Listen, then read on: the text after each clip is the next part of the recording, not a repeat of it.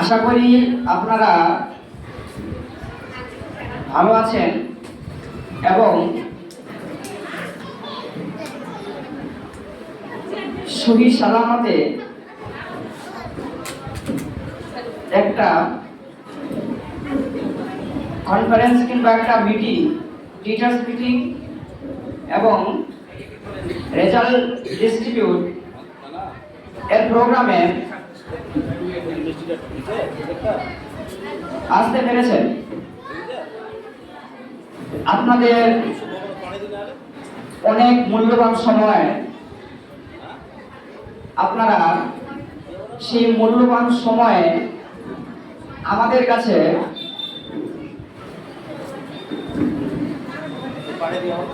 বা আমাদেরকে দিচ্ছেন।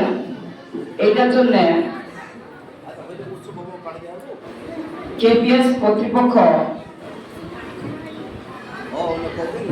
এর থেকে আন্তরিক শুভেচ্ছা ও ভালোবাসা জানাচ্ছি। প্রথমে বলে দিই আমার পরিচিতি। আমি পেশায় একজন সুলগ্ন শিক্ষক। আমি কুশমন্ডি পাবলিক স্কুলের একজন সুলগ্ন শিক্ষক। আমি ছোট শিক্ষার্থীদের এবং অন্যান্য যেসব শিক্ষার্থী আছে তাদের পড়তে এবং অন্যান্য কাজের ক্ষেত্রে তাদের সহযোগিতা করে থাকি। ইতিমধ্যে অনেক গার্জিয়ান আমাকে দেখেছেন এবং পরিচিত আছেন, এতটুকু আশা করি। যারা আজকে নতুন, এর আগেও আপনারা আমাকে কোথাও দেখেননি, তো তাদের উদ্দেশ্যে আমি একটু অল্প জীবনী বা স্বল্প জীবনী তাদের সামনে তুলে ধরছি। আমি এই কুশমন্ডি পাবলিক স্কুলের সেক্রেটারি মশাইয়ের ছোট ভাই। তো আপনারা এর সামনে এবং সকল শিক্ষক শিক্ষিকা এবং শিক্ষক এবং অভিভাবক বৃন্দ সমাজের সামনে আমি আজকে যে ছোট্ট একটা বিষয় নিয়ে এসেছি, এই বিষয়টা যদি একটু আমরা মন দিয়ে শুনি এবং একটু হলেও মান্য করার চেষ্টা করি, তাহলে সেই সংস্কার দোয়াতে আমরা এগিয়ে যাব ইনশাআল্লাহ। তো আমি যে পয়েন্টটি নিয়ে বা যে বিষয়বস্তুটি নিয়ে আমি আজকে হাজির হয়েছি সেটা হলো, কেন ভারতবাসী পিছিয়ে? আমরা আমাদের দেশে এত দক্ষ ব্যক্তিবর্গ ঢুকে আছে, অথচ আমরা সবার দেশ থেকে, অন্যান্য দেশ থেকে কেন পিছিয়ে? ভারতকে যদি জনসংখ্যার দিক থেকে দেখা হয় তবে পৃথিবীর বৃহত্তম এবং দ্বিতীয়তম স্থান অধিকারী এই ভারতবর্ষ, তবুও আমরা পিছিয়ে। শুধু জনসংখ্যার দিকে এগিয়ে গেলে আমরা কিন্তু প্রকৃত সাফল্যের দিকে বা সাফল্যিতর দিকে এগোতে পারবো না। তো আমার ছোট্ট একটা জীবনে আমি যতটুকু শিখতে পেরেছি তার মধ্যে কিছু নগণ্য বার্তা তুলে দেবো এই বিষয়ের উপর। আমি এই বিষয়টিকে দুইটি পয়েন্টে ভাগ করেছি। এই দুইটি পয়েন্টের উপরে কিছু কথা বলবো আপনাদের সামনে, তারপরে আমাদের আজকের যে প্রধান বিষয়বস্তু, যার জন্য আপনারা আপনাদের এত মূল্যবান সময়ে অন্যান্য কাজের ক্ষেত্রে সেই সময়টা না দিয়ে আমাদের কাছে দিয়েছেন, সেই কাজটা আমরা চালিয়ে যাব। তো ভারতবাসী পিছিয়ে তার প্রধান কারণ হলো আমরা সময় নষ্ট করি ততোধিক পরিমাণে। যতটুকু আমাদের সময় নষ্ট করার দরকার না, তার থেকে আমরা সময় নষ্ট করি ততোধিক বেশি। একদিনকে ভাগ করতে গেলে 24 ঘন্টা পাওয়া যায়। তো এই 24 ঘন্টার মধ্যে আমাদের দৈনিক কাজ করে এবং জীবনের নির্দিষ্ট কাজ করতে গিয়ে, শরীরকে হেফাজত করতে গিয়ে ন্যূনতম আমাদের 2 থেকে 3 ঘন্টা প্রতিদিনে ব্যয় করতে হয়। তারপরও আমরা সেই সময় চলে যাচ্ছে, সেই সময়ের মূল্য না দিয়ে তারপরেও আমরা অযথা সময় নষ্ট করছি। কোথাও গিয়ে কারোর সঙ্গে গল্প করে, কোথাও স্ট্যান্ডে গিয়ে কারোর সঙ্গে আড্ডা মেরে, অন্যান্য বিষয়ের ক্ষেত্রেও আমরা ততোধিক পরিমাণে সময়কে অপচয় করে চলেছি। এই কারণেই ভারতবাসী অন্যান্য দেশের তুলনায় পিছিয়ে। অন্যান্য দেশের তুলনায় ভারতবাসী পিছিয়ে আছে। তার প্রথম পয়েন্টে আমি বললাম সময় নষ্ট। এইটা আমরা প্রাধান্য দেই বা মান্য দেই কিংবা না দেই, আমরা কিন্তু যতটুকু সময় দরকার অপচয় করার, তার থেকে ততোধিক পরিমাণের সময় অপচয় আমরা করে চলেছি প্রতিদিন, প্রতিনিয়ত। সেটা হোক ছাত্রছাত্রী কিংবা কোন অভিভাবকবৃন্দ কিংবা শিক্ষক শিক্ষিকারা। আমরা যেই পেশার সময় বা যেই পেশার সঙ্গে জড়িত বা যুক্ত হয়ে আছি,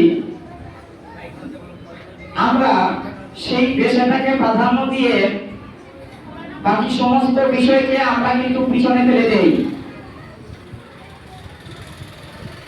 যারা মিশন শিক্ষক মিশনে পড়ায়, ওরা মিশনে যখন ঢুকে যায় তখন সমগ্র পৃথিবীর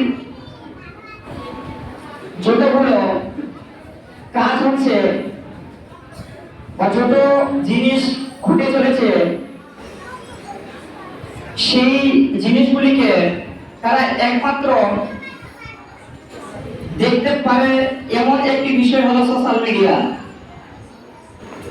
তারা যখন শিক্ষায়িত করতে, শিক্ষা প্রণয়ন করতে, শিক্ষা দিতে এসে তারা সমগ্র পরিবেশকে দেখতে পাবে শুধু এই সোশ্যাল মিডিয়া, এই স্মার্টফোনের মাধ্যমে।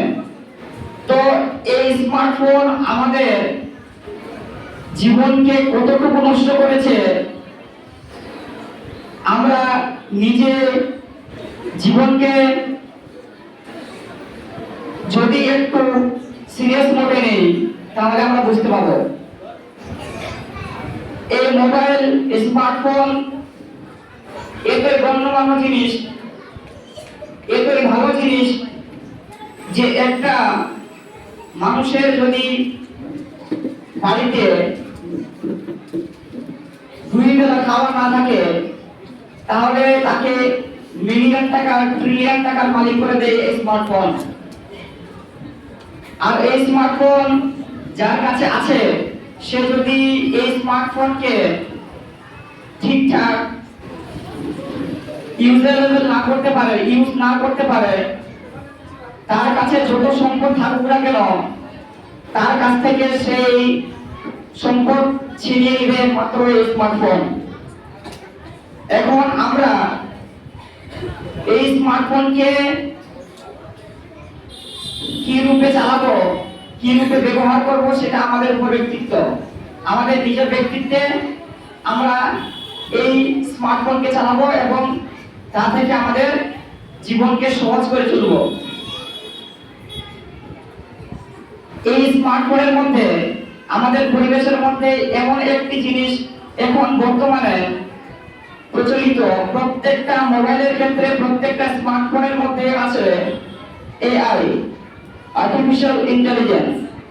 এই এআই যদি কেউ ঠিকঠাক কাজে লাগায়, তাহলে বাড়ি বসে বসে এই মোবাইল দিয়ে, স্মার্টফোন দিয়ে তার জীবনকে সে প্রতিষ্ঠিত করতে পারবে একটা চেয়ারে বসে থেকেই। কিন্তু এই এআই কে যদি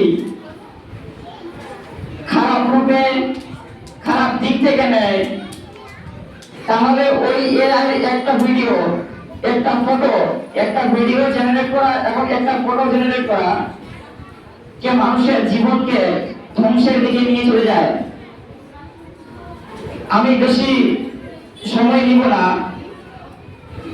আমি আমার দ্বিতীয় পয়েন্টের দিকে এগোচ্ছি। দ্বিতীয় পয়েন্টটি হলো অজুহাত। আমাদের যে কোনো কাজের ক্ষেত্রে আমরা অজুহাত দিতে ততোধিক পরিমাণ পারি।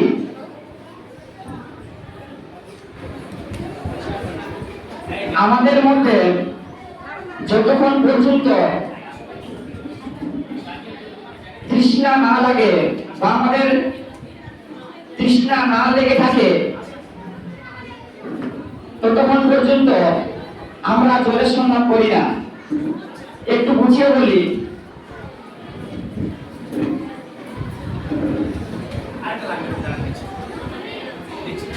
আমরা কেন জলের সন্ধান করি না?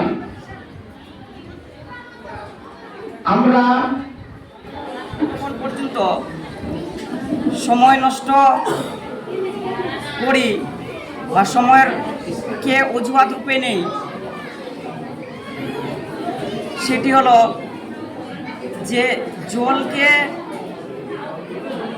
যতক্ষণ পর্যন্ত আমাদের শরীরে না দিলে আমরা বেঁচে থাকবো না, ততক্ষণ পর্যন্ত আমরা জলের সন্ধান করি না। এই ভারতবাসী ততক্ষণ পর্যন্ত আমরা জলের সন্ধান করি না যতক্ষণ পর্যন্ত জল যদি আমাদের শরীরে না যায়, শরীরে প্রবেশ না করে, আমরা মরে যাব, ততক্ষণ পর্যন্ত আমরা জলের সন্ধান করি না। এই কারণে আমরা কিন্তু এই ভারতবাসী অন্যান্য দেশের থেকেও ততোধিক পিছিয়ে, অনেক পিছিয়ে। এই বিষয় থেকে শিক্ষা লাভ করে আমাদের যে এগোতে হবে, সেটি হলো যে কাজে আমরা করি না কেন, কাজকে আমাদের আজকেই করতে হবে। আমরা যেই পেশার সঙ্গে যুক্ত থাকি, যেই সিস্টেমের অনুযায়ী চলি, যেই ডিসিপ্লিন অনুযায়ী চলি, সেই ডিসিপ্লিন মেনে আমাদের নিজ নিজ লক্ষ্যের দিকে আমাদেরকে এগিয়ে যেতে হবে, অজুহাত ছাড়া। অজুহাত যদি আমাদের মধ্যে থাকে, তাহলে আমরা আজ কোনো কাজে করতে পারবো না, কালও পারবো না, এবং এই ছোট্ট জীবনে আমাদের সেই কাজকে করা হয়ে উঠবে না। তো এই দুইটি পয়েন্টের মাধ্যমে আমি কিছু নগণ্য বার্তা আপনাদের সামনে তুলে ধরলাম। যদি আপনারা একটুকু সচেতন হন, তাহলে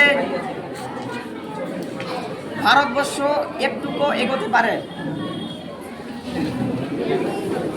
হয়তো ভারতবর্ষের সমগ্র ব্যক্তি এখানে নেই, উপস্থিত নেই, অথচ কিছু ব্যক্তি এখানে উপস্থিত আছে যারা ভারতবর্ষের মধ্যে পড়ে। তো আমরা একটু একটু করে একটু একটু লোক জুড়েই আমরা কিন্তু এই ভারতবর্ষকে, নিজের দেশকে আমরা কিন্তু পরিবর্তন করতে পারি। তো এই বক্তব্য থেকে বা শিক্ষা দিয়ে বা কিছু প্রণয়না দিয়ে আমি আমার বক্তব্যকে শেষ করছি। আসসালামু আলাইকুম ওয়া রাহমাতুল্লাহি ওয়া বারাকাতুহু।